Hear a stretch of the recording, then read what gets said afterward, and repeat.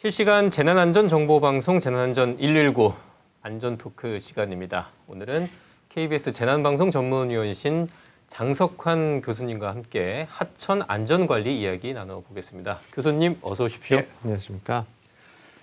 지난주에 체코에 다녀오셨다고 얘기를 들었습니다. 예.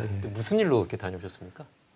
체코 저 아름다운 나라죠. 다들 여행도 많이 가고 그런데 저는 여행을 간 게 아니고 제가 이제 연구 과제 중에 최근에 몇 년 사이에 이 수돗물에 유충 사건도 있었고요. 인천 서구에서 그리고 농물 이런 것들 때문에 이렇게 안전한 수돗물을 어떻게 관리할 것인가에 대한 부분들에 대해서 그 중에서도 이제 우리 수도관의 문제가 있기 때문에 수도관의 이제 세척 문제라든지 관 갱생 문제라든지 이런 부분들에 대해서 체코에 있는 그 기술과 이렇게 협업 그리고 연구 과제를 중심으로 해서 다녀왔습니다. 체코가 이런 수돗물 관리를 잘하는 나라인가 봐요. 체코가 특별하게 잘한다 이런 것보다는 유럽 전체가 특히 이제 중부 유럽 같은 경우가 이제 주로 지하수를 수돗물로 사용하면서 관로에 대한 부분 관리 상태 이런 그다음에 이제 관로의 청결 상태 이런 부분들에 대해서 공동으로 대응을 많이 하고 있고 체코가 과거에 동부 유럽 국가 중에서는 가장 제조업 그리고 기계공업 이런 부분들이 발달해 있기 때문에 그런 부분들의 로봇 시스템을 독일과 체코와 같이 연구를 같이 하고자 다녀왔습니다. 그러니까 우리 수돗물을 더 깨끗하고 안전하게 그렇습니다. 마시거나 쓸 수 있는 방법인데 우리 수돗물도 제가 쓸 때는 이 정도면 충분히 깨끗한 거 아닌가라는 생각을 많이 해서 또 좀 개선을 해야 하는 부분이 또 많이 있나 봐요. 우리가 정수장에서 나오는 수돗물은 세계 어느 나라에 비교해도 뒤지지 않을 정도로 아주 훌륭한 품질을 수돗물을 가지고 있지만 가끔 관로의 문제, 관로가 노후화가 되다 보니까 우리가 아다시피 우리 건축 시스템이라고 하는 게 이제 아파트가 50년 됐거나 그다음에 벌써 한 7, 80년 된 아파트들도 있지 않습니까? 그렇다 보면 관로 내에서 상태가 불량해서 거기서 나오는 문제점들이 있을 수 있기 때문에 관을 얼마나 깨끗하게 관리를 하고 그것을 어떻게 주기적으로 세척을 하거나 그다음에 갱생을 할 것인가 이런 부분들에 대해서 수돗물의 품질에 관련이 있다 이렇게 볼 수 있습니다. 수돗물 얘기는 여기까지 하고 원래 교수님과 오늘 하천 안전관리 이런 얘기를 해보려고 하거든요. 그럼 그 체코에서 거기 프라하인가요? 불타강이라고 불타강. 하는 불타강의 하천 관리는 어떻습니까? 불타강이라고 하는 게 이제 체코의 제1의 강이죠. 우리로 보면 한강이나 낙동강 정도에 되는 강인데요. 그러니까 상류에서부터 하류까지 한 400km 정도 되는 아주 긴 강입니다. 우리가 잘 알고 있는 체코에서 가장 아름답다고 하는 체스키 크롬루프라고 하는 그런 관광 도시를 이렇게 완전히 휘 감아 돌아서부터 시작해서 우리가 알고 있는 수도 프라하까지 굉장히 긴 강을 이루고 있습니다. 그렇게 가고 있는데 불타강은 여러 가지 기능을 가지고 있죠. 과거에서부터 이제 하천 배수 즉 도심지의 배수 역할을 하는 홍수 조절 역할을 하기도 하고 또 일부 산업에 필요한 준, 그러니까 교통 물류의 중심이기도 하고 또 불타강 주변을 통해서 과거에 아마 중세시대 때부터 있었던 그 물레방아라든지 이런 것을 통해서 산업의 어떤 역할을 했는데 유럽하고 우리는 조금 기후 양상이 좀 다릅니다. 우리는 여름철에 집중적으로 홍수가 오고 홍수가 오는 양과 그다음에 최저의 수량과 최고의 수량의 비를 우리가 하상계수라고 하는데 하상계수가 우리는 최소 300에서 한 600배 정도까지 차이가 납니다. 즉 가장 가물 때하고 가장 비가 많이 올 때에 하천의 유량의 비율이 한 500배 정도 차이가 나는데 유럽의 대부분의 강들은 한 5, 60배, 우리보다 한 10분의 1 정도. 그 얘기는 1년 내에 강우의 분포가 극심하게 올랐다, 극심하게 내렸다가 아니고 고르게 오는 편이거든요. 그래서 우리처럼 대규모 홍수가 나거나 그렇지는 않는데 그래도 유럽도 홍수가 납니다. 우리가 잘 알고 있는 2021년도에 약 160명 정도의 사망자가 발생했던 대규모 홍수가 있었어요. 어느 나라였죠? 독일 독일에서. 중심으로 독일이 가장 많이 있고 독일의 이제 중부 유럽 뭐 베네룩스 3국이라고 하는 네덜란드, 벨기에 이쪽 부분. 근데 이제 체코도 독일하고 이제 경계되어 있기 때문에 안심할 수는 없죠. 그렇지만 대부분의 이제 하천들이 이런 홍수의 문제도 치중을 하지만 유럽은 그런 주운의 기능, 그 다음에 용수, 이수의 기능 이런 부분들을 되어 있는데 재난에 관련돼서는 역시 우리하고 비슷하게 수위 조절을 통해서 그러니까 자동 수위계를 통해서 홍수 예경보를 하고 있다. 그래서 그런 부분은 세계 어느 정도의 표준화가 되어 있는 홍수 예경보 체계가 아닌가 이런 생각을 하고 있습니다. 역시 마찬가지로 체코도 그런 부분에서는 재난 관리가 우리나라와 같은 그러니까 기후의 양상이라든지 하천이라든지 홍수의 양상은 다를지언정 비슷한 홍수 예경보 시스템을 갖추고 있다 이렇게 볼 수 있습니다. 어쨌든 그런 이제 예경보 시스템을 갖추는 게 중요한 거군요. 예. 교수님께서 이제 언급해 주셨지만 우리 같은 경우는 여름철에 이 강수량이 집중되는 예. 그런 이제 환경이다 보니까 그만큼 그때 당시의 대비가 중요할 텐데 곧 또 장마철이지 않습니까? 예, 예. 그래서 좀 우리 하천 얘기를 좀 해보고 싶은데 임진강 얘기를 해보고 싶거든요. 예. 요즘 또 북한의 위협도 뭔가 좀 많아지고 있고 좀 그런 상황이라서 우리가 뭐 이런 장마철에도 뭐 북한 쪽에서 그 댐을 뭐 여냐 마냐에 따라서 거기도 뭐 불이 뭐 급격히 불었다가 아니면 뭐 괜찮았다가 이렇게 뭐 반복되는 것 같은데 교수님 보시기엔 어떻습니까?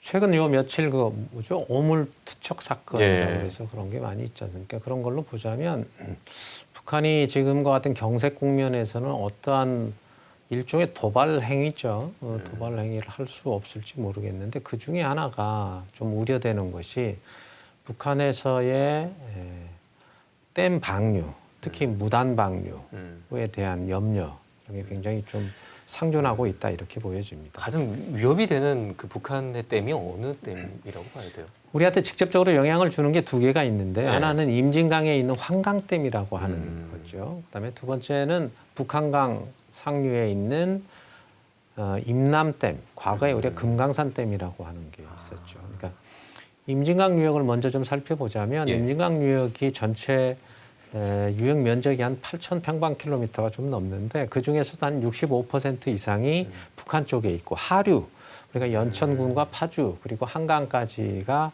나머지 우리가 한 30% 남짓 그 정도 되기 때문에 남한이 우리가 하류니까 하류에 있기 구조적으로 때문에 우리가 구조적으로 우리가 홍수의 위험이라든지 만약에 물을 보내지 않으면은 또 우리가 가뭄의 위험이 항상 그렇게 상존해 있거든요. 그 중에서도 이제 지금 올 여름을 말씀을 하셨으니까 북한의 환강댐이라고 하는 게 1997년도로 제가 알고 있는데 네. 그때에 이제 환강댐을 지어서 그 상황에서 약 3억 5천만 톤 정도 되는 규모인데요. 저수 용량이. 그 정도 규모를 만약에 담수를 했다가 물을 방류를 하게 되면 우리는 불과 한 60km 정도밖에 되지 않는 우리 이제 파주, 그다음에 연천 이런 지역에서는 상당히 무방비 상태로 당할 수밖에 없다. 그래서 과거에 6명의 사상자가 났었던. 근데 그때가 이제 2009년이었죠. 2009년이었죠. 야영객 6명이. 예, 예. 그런 상황이 반복이 될 수밖에 없는 그런 상황이다 이렇게 보여집니다. 특히 지금 같은 경색 국면에서는 절대 협조 관계가 이루어지지 않고 방류를 무단으로 하게 되면 이 부분들이 어려워질 수가 있고 물론 우리는 그것에 대비해서 우리가 군남댐이라고 하는 연천에 하나 되어 있는데 군남댐의 저수 용량이 약 7천만 톤 정도밖에 되지 않습니다. 즉 한 5분의 1 정도밖에 되지 않는 규모이기 때문에 북한의 환강댐을 완전히 다 방어를 하기는 좀 쉽지는 않을 거다 이렇게 보여집니다. 환감댐에서 3억 5천만 톤 정도 규모가 되는 물이 한꺼번에 쏟아지면 예. 거의 순식간에 불어날 수 있는 겁니까? 뭐 한두 시간 아니면은 뭐 환강댐에서부터 군남댐까지가 거리가 한 7km 정도, 네. 그러니까 60km가 좀 안 됩니다. 네. 그러니까 불과 한 2시간 이내에는 물이 도달한다고 보여지는 거죠. 그럼 우리가 이제 충분하게 대비를 하지는 못하고 있어요. 물론 전체 물이 넘어온다고 그래서 뭐 다 잠기거나 그러지는 않지만 만약에 여기에 비가 계속 오고 있고 임진강의 수위가 계속 올라가고 있는 상태에서 북한의 환강댐에서 그 전량의 물이 넘어오면 상당히 침수의 위험이 상당히 많고 우리가 대비할 수 있는 시간적인 여유가 일단은 없다는 거죠. 우리가 보통 이제 홍수 예경부에 의해서 비가 오는 것이라든지 그다음에 홍수의 위험이 있으면 미리 대피를 해야 되는데 대피할 그런 시간적인 여력이라든지 이런 부분들이 상당히 부족해질 가능성이 있기 때문에 그런 부분들에 대해서는 상당히 좀 예의주시해야 되고 그것에 의해서는 절대적으로 북한과의 협조 관계 또 방류에 대한 통보 이런 부분들이 상당히 좀 필요한 부분이라고 볼 수 있습니다. 그건 이제 임진강의 문제고 임진강이 훨씬 더 큰 강이니까 유리한 아니 임진강이 이제 북한강보다는 뭐 큰 강은 아니지만 임진강은 아까 말씀드린 것처럼 상류에 있고 상류에 훨씬 더 많은 유역에 북한이 차지하고 있기 때문에 우리가 더 위험이 상존하고 있고 북한강도 비슷한 상황이긴 합니다. 다만 다른 것은 북한강에 있는 평화의 댐은 북한에 있는 임남댐이 한 26억 톤 정도 되고 우리 훨씬 크네요. 훨씬 크죠. 그리고 평화의 댐도 똑같이 26억 톤 정도 됩니다. 따라서 완전히 26억 톤이 다 온다고 해도 우리는 평화의 댐에서는 다 그 물을 전량 다 수용하고 받을 수 있을 정도의 규모이기 때문에 상대적으로는 임진강의 환강댐과 군남댐과의 관계보다는 조금 더 안정적인 관계다 이렇게 보여줄 수 있습니다. 그럼 북한 간에서는 그래도 어느 정도 우리가 대응은 가능한데 예. 이 임진강의 경우는 북한이 어떻게 하느냐에 따라서 우리가 좀 신속하게 대처하기 어려울 수 있다. 뭐 그런 말씀이신 거죠? 예. 원래는 우리가 모든 이제 전 세계 공유하천이 한 200개 이상 되는데 대부분은 다 그 협력위원회가 있습니다. 서로 협조적인 관계가 됐건 아니면 적대적인 관계가 됐던 어떤 그런 협력 관계가 되어 있는데 우리는 그런 어떤 협력위원회가 없습니다. 전혀 없죠. 그래서 전혀 협력 관계가 이루어지지 않고 있고 과거에 남북 관계가 좋았을 때는 북한이 사전 방류에 대한 통보를 해주고 우리가 그 부분들에 대해서 미리 대비를 하거나 이렇게 할 수가 있는데 이런 부분들에 대해서는 대단히 좀 필요한 부분이고 빨리 이런 부분들의 그 협력위원회, 뭐 공동위원회 이런 부분들이 민간 차원이 됐든 정부 차원이 됐든 이 부분들은 반드시 필요하고 이것은 국민의 어떤 재산권과 그다음에 뭐 안보를 떠나서 이 부분들은 어떤 인간의 생명의 존중 이런 차원에서 서로 인도적인 관계에서 반드시 이 협력위원회는 좀 필요하다고 볼 수 있습니다. 그게 이제 일종의 흔히 이제 언론에서 얘기하는 남북 공유하천이군요. 그게 그 남한과 북한이 서로 이제 이 유량을 어떻게 관리할 것인지 서로 이제 협력하고 얘기하는. 맞아요. 이게 또 요즘 이상기후 때문에 또 강수량을 예측하기 어려운 상황이다 보니까 더더욱 좀 그렇게 함께 관리하는 게 필요할 것 같아요. 맞습니다. 제가 굉장히 걱정하는 게 지금과 같은 이제 이상기후, 즉 그 기후위기 시대에서 과거에 오지 않았던 강우 패턴, 강우량 이런 부분들이 와서 환강댐을 전체 총량을 넘어서는 정도의 비가 온다든지 이럴 경우에는 환강댐 물을 전량 방류할 수가 있어. 왜냐? 북한도 그 물을 다 감당을 하지 못하면 하루 내보낼 수밖에 없는 그런 상황이고 또 하나는 최근에 이제 한반도에 지진이 좀 많이 일어나지 않습니까? 네, 얼마 전에도 있었죠. 그래서 이 한반도의 지진의 영향이 북한의 댐의 안전의 문제에도 영향을 줄 수 있다 이렇게 보여집니다. 그렇겠네요. 또 그런 또 균열이나 이런 것들이 났을 때 거기서 또 보수 수리하느냐는 또 다른 문제니까. 그렇습니다.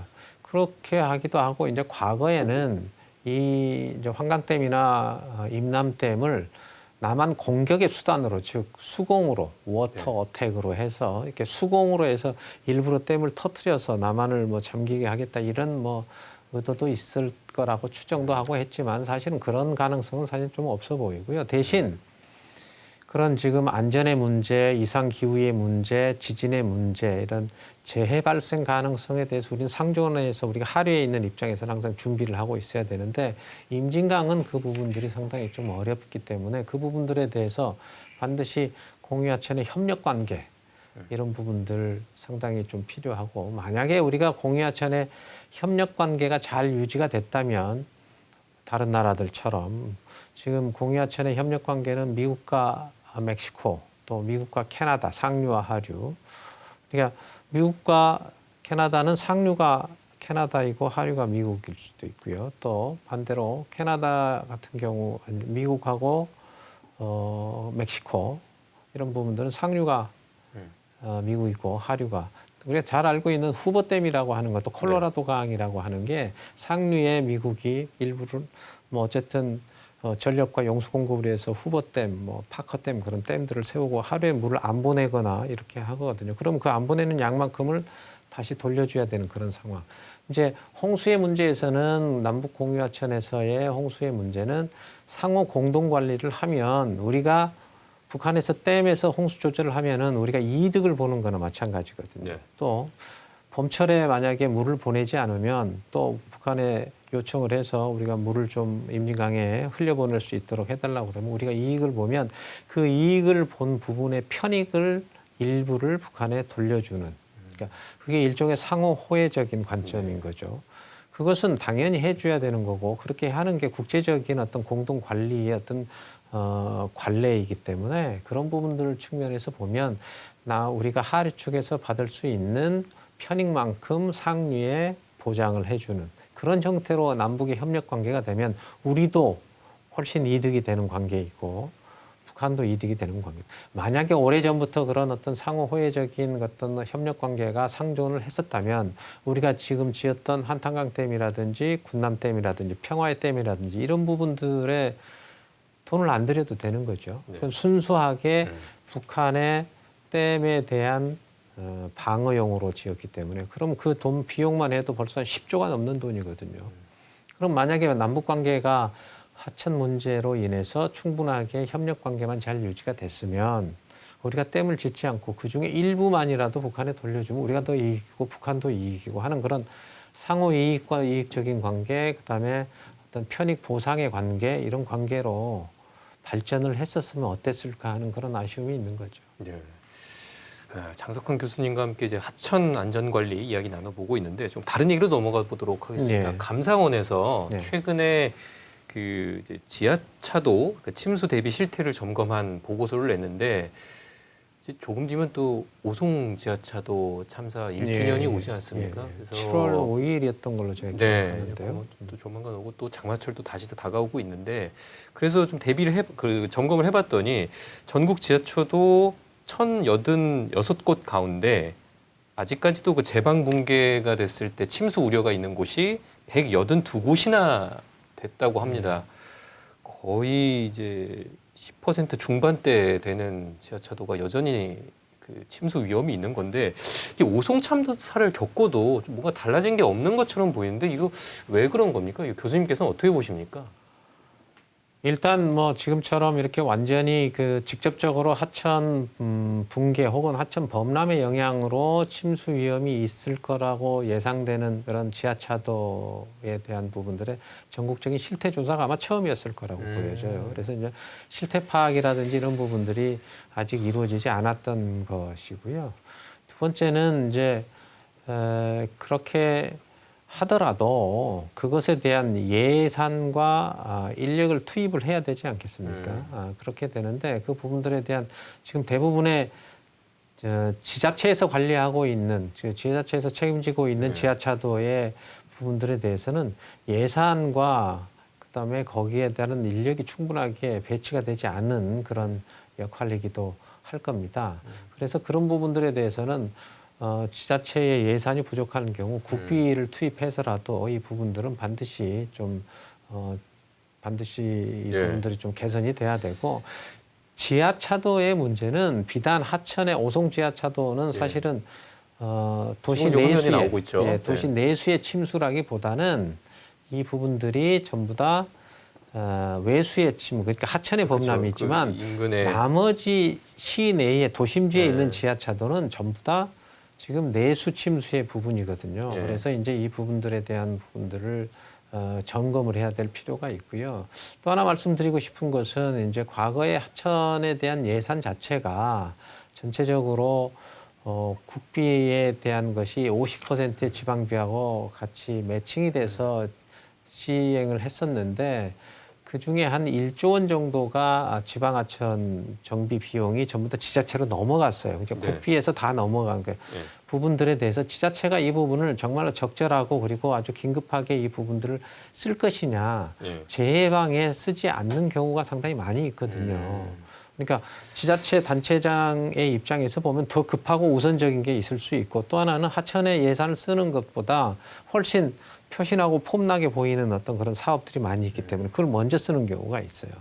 그렇지만 하천이라고 하는 게 연속성이 있기 때문에 상하류가 다 연결돼 있으니까 그러니까요. 상류에서는 쓰고 하류에서는 만약에 그 예산을 쓰지 않아서 사고가 나면 상류에도 영향이 미치고 네. 반대로 하류와 상류 중에서 어느 한 곳이라도 연속적으로 다 부분들이 하천 정비를 하지 않으면 한 곳에서 터지면 당연히 다른 하류나 그 부분에서도 영향을 미치기 때문에 이 부분들에 대해서만큼은 꼭 정부에서 이 지방비로 넘어간 이 지방하천 정비 예산에 대한 부분은 감시 관리 기능을 꼭 해야 되겠다 이런 생각을 합니다. 그렇죠. 그 궁평이 지하차도였죠. 예. 그래서 또 오는 30일에 개통이 예정돼 있었는데 아직까지 주변에 거기 미호강 정비가 잘 안 되어 있나 봐요. 그래서 그것도 예. 이제 잠정 연기가 또 됐다고 합니다. 그래서 교수님 말씀처럼 제때 그 예산이 투입이 돼서 이거를 이제 빨리 그 이제 정비하는 것이 필요한데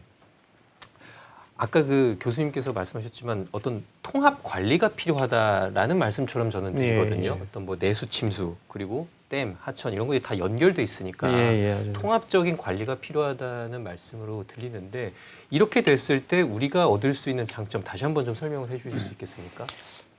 지금 말씀하신 것처럼 우리가 대부분 이제 하천에는 댐이 있고요. 그다음에 하천이 있고 그다음에 하천에 연결돼 있는 주변에 우리 도심지의 빗물 배수 펌프장 같은 경우가 있고 조금 전에 얘기했던 지하차도 같은 부분들이 있는데 이것들의 각각에 대한 설계 기준이 각각 다르게 되어 있습니다. 즉 댐의 방류는 댐의 설계 기준은 최소 200년에서부터 500년까지도 되어 있고 하천은 지방하천은 80년 빈도 그다음에 국가하천은 200년 정도까지도 되어 있는데 그러니까 댐과 하천의 설계 기준이 상이하고 물론 동일할 수는 없지만 그다음에 하천은 200년 빈도인데 빗물 배수 펌프장은 80년 빈도라든지 하수의 설계 기준은 30년 빈도라든지 이렇게 각각 되어 있는데 물론 우리가 그 규모에 맞는 부분들을 해야 되기 때문에 그 부분들이 전체적으로 각각의 하천 설계 기준과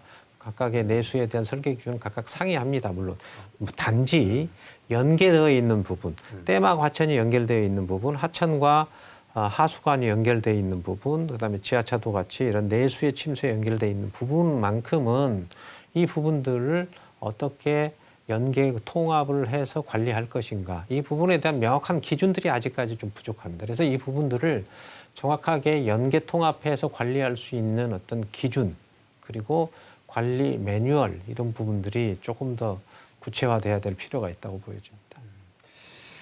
이제 오늘 말씀을 이제 좀 정리해 보려고 하는데요. 마지막으로 이번 장마철과 좀 집중호우에 대비해서 좀 재난 당국에서 꼭 좀 알아야 할 점이나 좀 당부 좀 드리고 싶은 점이 있다면 어떤 점들이겠습니까? 재난 특히 이제 호우 같은 이런 자연재해 이런 부분들은 지금 같은 이제 기후위기 시기에서는 뭐 언제 어느 때 나타난다 이렇게 할 수가 없고 이게 우리나라 기후 변화의 여러 가지 상황들을 보면 강우 일수는 짧아지고 강우량은 늘어난다. 이 얘기는 가뭄은 더 심해지고 홍수도 더 심해진다 이런 뜻이거든요. 그래서 이런 측면에서 보자면 어느 때가 뭐 가장 위험할 때고 장마철이 위험하고 뭐 겨울철이 위험하지 않다 이렇게 볼 수가 없고 1년 44철 전 상시적으로 관리하는 그런 체계가 돼야 될 필요가 있고 그러기 위해서는 제일 중요한 게 그런 상시적인 관심 그리고 거기에 따른 예산과 인력이 반드시 좀 수반돼야 될 필요가 있습니다.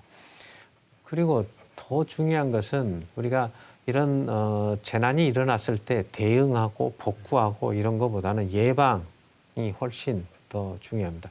예방에 대한 지원 그리고 예방에 대한 어떤 투자가 대응이나 복구에 대한 비용보다 훨씬 한 5분의 1에서 10분의 1 정도에 더 훨씬 더 효율성이 좋기 때문에 우리 흔히 하는 말로 가성비가 높다 하는 거죠. 그런 부분들이기 때문에 예방이 최선인 상황이기 때문에 사시사철 상시적인 관심 그리고 예방에 좀 더 힘써야 될 필요가 있다고 보여지고요. 한 가지 이제 본 방송을 보고 있는 우리 이제 시청자 여러분들께 말씀드리고 싶은 것은 본인의 생명과 재산은 본인이 지켜야 될 의무이기도 하고 또 노력이 필요합니다. 즉 어떤 재난이 일어났을 때의 어떤 상황에 대해서 어떻게 행동할 거에 대한 그 예방 매뉴얼 이런 부분들도 본인이 스스로 숙지를 할 필요가 있고요. 그러기 위해서는 그런 매뉴얼들도 잘 숙지를 해야 될 뿐만이 아니고 지금 재해에 대한 그리고 기상에 대한 이변 관련된 부분들에 대해서는 이제는 극복한다기보다 이런 것보다는 우리가 같이 가는 탄력성을 키우는 어떤 여러 가지 우리가 같이 함께 가야 될 그런 어떤 지혜를 모아야 된다고 봅니다. 네, 그럼 예방에 대한 투자 좀 예. 중요하고 또 우리 스스로도 어떻게 행동해야 되는지 그런 요령들을 잘 좀 숙지해야 한다는 말씀이었습니다. 우리 재난안전 119에서도 그런 이제 요령들에 대해서 잘 시청자들에게 알려드리도록 하겠습니다. 이번 장마철엔 좀 무탈하게 좀 지나갔으면 좋겠네요. 예. 오늘 그 교수님과의 말씀은 여기까지 나누도록 하겠습니다. 지금까지 KBS 재난방송 전문위원 장석환 교수였습니다. 교수님 고생하셨습니다.